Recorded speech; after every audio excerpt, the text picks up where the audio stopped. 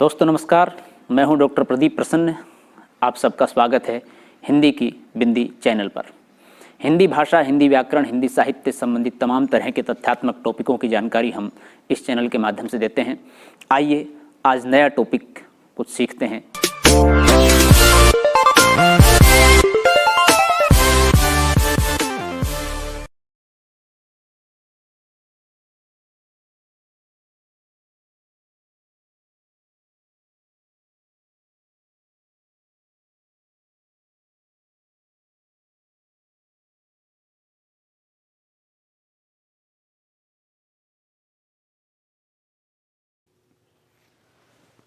विद्यार्थियों, आज की वीडियो हम बना रहे हैं कक्षा 12 की हिंदी पाठ्य पुस्तक अंतरा के पाठ 1 काव्य खंड के देवसेना का गीत, कार्नेलिया का गीत, जिसे कवि जयशंकर प्रसाद ने लिखा है। ये दोनों ही गीत मुख्य रूप से स्कंदगुप्त और चंद्रगुप्त, उनके जो दो नाटक हैं उनमें हैं और उन्हीं से गीत लिए गए हैं। और इस वीडियो में हम इन दोनों पाठों के, दोनों गीतों के प्रश्नों के उत्तरों को लेकर के बातचीत करेंगे, यानी कि उनके उत्तर आपको बताएंगे। तो आइए हम शुरू करते हैं आज की वीडियो। आप देख रहे हैं हिंदी की बिंदी चैनल। तो पहले देवसेना का गीत कविता के पाठ के प्रश्नों के उत्तरों की बात करें तो पहला प्रश्न है इस पाठ का, इस कविता का, मैंने भ्रमवश जीवन संचित मधुकरियों की भीख लुटाई, इस पंक्ति का भाव स्पष्ट कीजिए। तो भाव इस प्रकार है। उत्तर है, देवसेना अपने जीवन के अंतिम क्षणों में बहुत निराश और दुखी है। वह अपने जीवन की विफलता के विषय में कहती है कि उसने भ्रम में फंसकर परिश्रम से संचित अपने अनुभवों के अनाज की भीख को व्यर्थ में लुटा दिया। देवसेना को लगता है कि उसने जिस प्यार को इतने श्रम से पाया था उसे भीख में लुटा दिया, अर्थात यूं ही व्यर्थ कर दिया। उसको ये लगता है कि जीवन में सिवाय दुख के, वेदना के उसे कुछ भी नहीं मिला। लेकिन बाद में एहसास उसे ये भी होता है कि कहीं ना कहीं ये दुख ही उसके जीवन का संचित एक खजाना है, कोष है।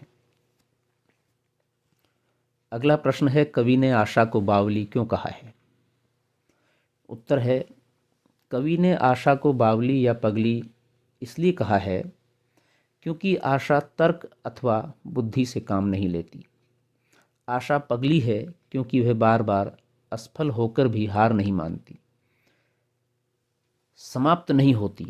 आशा मरती नहीं, हार नहीं मानना जानती, इसलिए बावली है। आशा वास्तव में प्रेम करने वाले व्यक्ति को बावला बनाए रखती है। प्रेम को जीवित रखने का काम आशा करती है, वरना प्रेम बहुत जल्दी समाप्त हो जाता है यदि आशा नहीं होती तो। यानी कि सूखे हुए प्रेम की डाली में आशा रूपी संचित जल उसे हरा भरा रखने का काम करती है। देवसेना की हार या निराशा के क्या कारण हैं? उत्तर है, नाटक में देवसेना को देशभक्त युवती के रूप में दिखाया गया है। मालवा के राजा बंधु वर्मा की ओजस्वी बहन देवसेना संसार में अकेली रह जाती है। जब हुणों द्वारा उसके भाई और परिवार के अन्य सदस्यों की हत्या कर दी जाती है, तब वह अपने भाई के सपनों को साकार करने के लिए आज़ादी की लड़ाई लड़ती है, परंतु सफल नहीं होती। वह स्कंदगुप्त से प्यार करती है, परंतु प्यार में भी उसे निराशा ही हाथ लगती है। जीवन के अंतिम दिनों में उसे भीख तक मांगनी पड़ती है। देवसेना को अपने जीवन में निराशा ही हाथ लगी, उसे वह अपने भाग्य का खेल ही मानती है।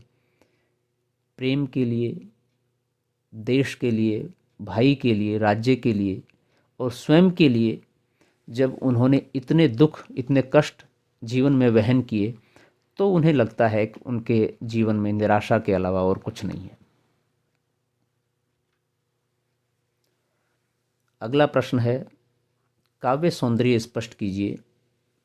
क श्रमित स्वप्न की मधुमाया में, गहन विपिन की तरु छाया में, पथिक उनींदी श्रुति में किसने यह विहग की तान उठाई? तो इसका उत्तर है, देवसेना अपने बीते हुए प्यार को थका हारा सपना कहती है जो मार्मिक है। वह अब सपने में भी प्यार नहीं पा सकती। घने जंगल की मधुर छाया में अर्थात यौवन के मादक मधुर क्षणों में जो प्यार जागा था, उसका उनिंदा सा स्वर आज भी उसे सुन रहा है। कहने का भाव यह है कि अतीत का प्यार अभी भी उसका पीछा नहीं छोड़ रहा। इस प्रेम राग में उसे वियोग का करुण स्वर सुनाई पड़ रहा है। देवसेना के सपने भी थक चुके हैं, परंतु प्रिय के प्रति लगाव या आसक्ति पूरी तरह मिट नहीं पाई है। पद तत्सम शब्दावली प्रधान है। श्रमित स्वप्न और उनिंदी श्रुति लाक्षणिक प्रयोग है। पद में गेता है और भाषा माधुर्य गुण प्रधान है। कोमल कांत शब्दावली का प्रयोग हुआ है। देवसेना की दुखपूर्ण मनोदशा का चित्रात्मक वर्णन किया गया है। ख है लोटा लो यह अपनी थाती, मेरी करुणा हाहा खाती, विश्व ने संभलेगी है मुझसे, इससे मन की लाज गंवाई।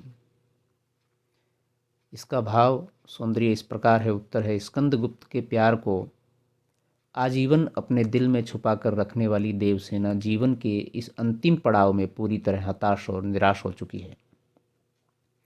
वह संसार से कहती है कि वह सब कुछ संसार को लौटा देना चाहती है जो उसने उसे दिया है। वह लज्जित है कि वह संसार की दी अमानत को छुपाए रखने में असमर्थ है। उसके मन की करुणा भी हार मान चुकी है। करुणा हाहा खाने में उसके हृदय की व्यथा उभर कर आती है। हाहा में पुनरुक्ति प्रकाश है। करुणा का मानवीकरण हुआ है, यानी कि वेदना से दुखी होकर के, निराश होकर के वो सब कुछ लौटाने का भाव उसके मन में पैदा होता है।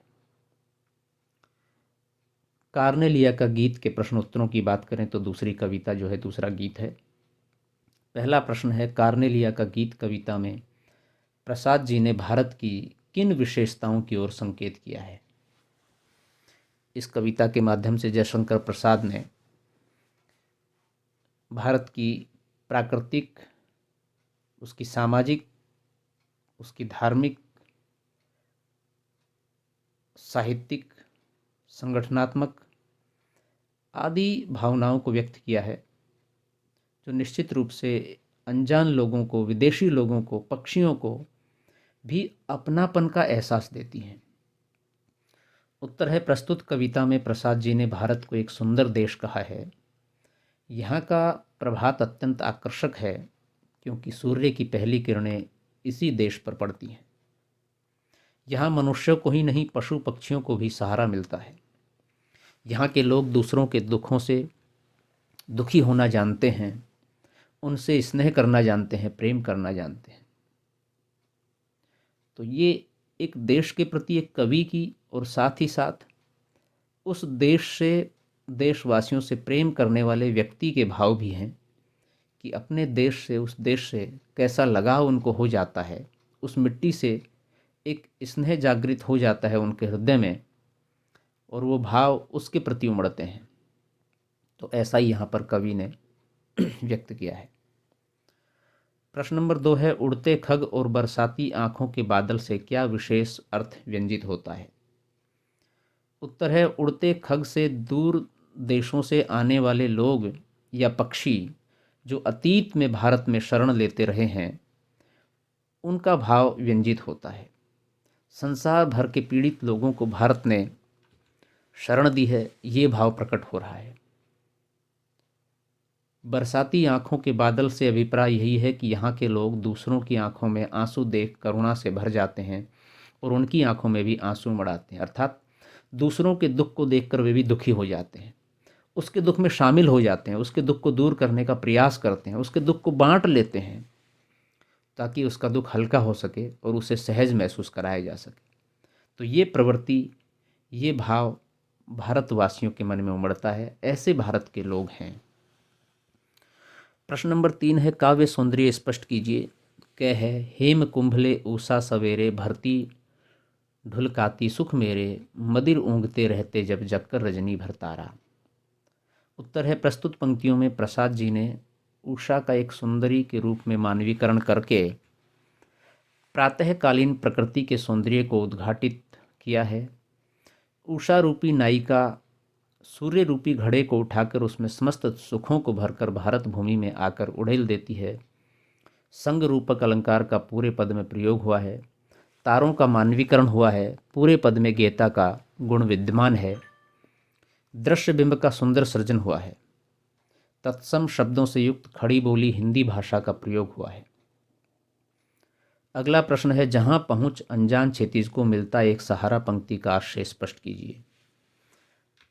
उत्तर है, इस पंक्ति का आशय है कि भारत देश ऐसा है जहां सबको सहारा मिलता है। यहाँ एक दूसरे से अनजान आसमान को भी धरती का सहारा मिल जाता है। तो जो व्यक्ति यहाँ के हैं, जो जानकार हैं, जो परिचित हैं, उनको तो सहारा मिलता ही है। इसी प्रकार के कारणों में से एक यह भी है कि कार्नेलिया, जिसके पिता बाहर से यहाँ आए हैं, पर उसकी पुत्री कार्नेलिया को यहाँ प्रेम का सहारा मिला है। और वो जिस व्यक्ति से, जिस देश से, जिस मिट्टी से, जिस प्रकृति से प्रेम करती है, उसे अपना मान लेती है। और यह देश, यह प्रकृति, यह मिट्टी भी उसे अपना स्वीकार कर लेती है। तो ये जो अपनत्व का भाव है, ये जो सहारा देने की प्रवृत्ति है, ये भारतीय मूल में है, भारत की संस्कृति में है, वहाँ के लोगों में है। तो विद्यार्थियों, ये थी आज की वीडियो। देवसेना का गीत और कार्नेलिया का गीत पाठ के प्रश्नों के उत्तर को लेकर के हमने बात करी। इसमें वीडियो आपने पूरी देखी, इसके लिए आपका बहुत बहुत धन्यवाद। आशा करते हैं वीडियो आपके लिए लाभान्वित होगी। यदि वीडियो अच्छी लगी तो इसे लाइक करें, शेयर करें, कमेंट्स करें और हिंदी की बिंदी चैनल को सब्सक्राइब करना न भूलें। और साथ ही साथ बेल आइकॉन को भी दबाएं ताकि सभी प्रकार की वीडियो की सूचना आपको मिल जाए। यदि इस वीडियो को लेकर के या किसी अन्य टॉपिक को लेकर के या किसी अन्य हिंदी व्याकरण, हिंदी भाषा के सब्जेक्ट को लेकर के आपके मन में कोई सवाल, कोई दुविधा, कोई प्रश्न हो तो आप कमेंट्स के माध्यम से बताइए, हम उसका समाधान करने का प्रयास करेंगे। आज के लिए इतना ही। नेक्स्ट वीडियो में नेक्स्ट टॉपिक के साथ फिर मिलते हैं। तब तक के लिए शुक्रिया, नमस्कार।